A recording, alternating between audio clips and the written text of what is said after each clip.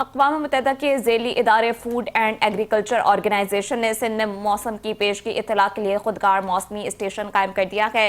ایک اسٹیشن ٹنڈو آدم اور دوسرا اسٹیشن سانگھڑ میں لگا دیا گیا ہے۔ دونوں اسٹیشنز محکمہ آبپاشی کے حوالے کر دیے گئے ہیں۔ ان اسٹیشن کا مقصد موسم کی پیش کی اطلاع حاصل کرنا ہے، جس سے کاشتکاروں کو فائدہ ہوگا۔ ان اسٹیشنز کو محکمہ موسمیات سے منسلک کر دیا گیا ہے۔ آپ کو اپڈیٹ کریں اور بتاتے چلیں کہ اقوام متحدہ کے ذیلی ادارے فوڈ اینڈ ایگریکلچر آرگنائزیشن نے سندھ میں موسم کی پیش کی اطلاع کے لیے خودکار موسمی اسٹیشن قائم کر دیا ہے۔ اسی حوالے سے مزید تفصیلات جانتے ہیں نمائندہ 5 نیوز شکیل نائٹ سے۔ شکیل، اپڈیٹ کیجیے گا۔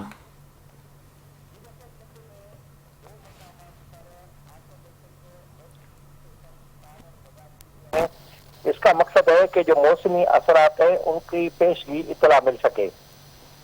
ایک اسٹیشن ٹنڈو آدم میں لگا دیا گیا اور دوسرا سانگھڑ میں لگا دیا گیا ہے۔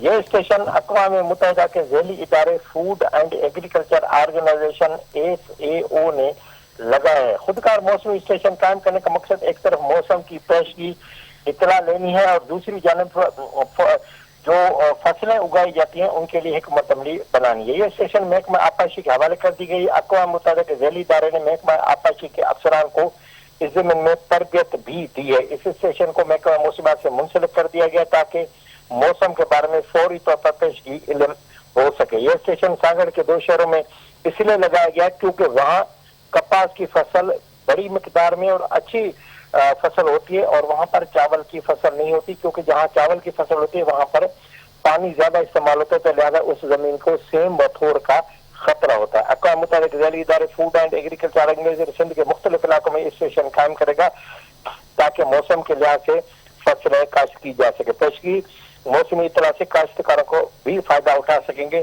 کیونکہ یہ ان سے ان کو حکمت عملی بنانے میں آسانی ہوگی۔ تفصیلات کے لیے شکریہ شکیل نائٹ۔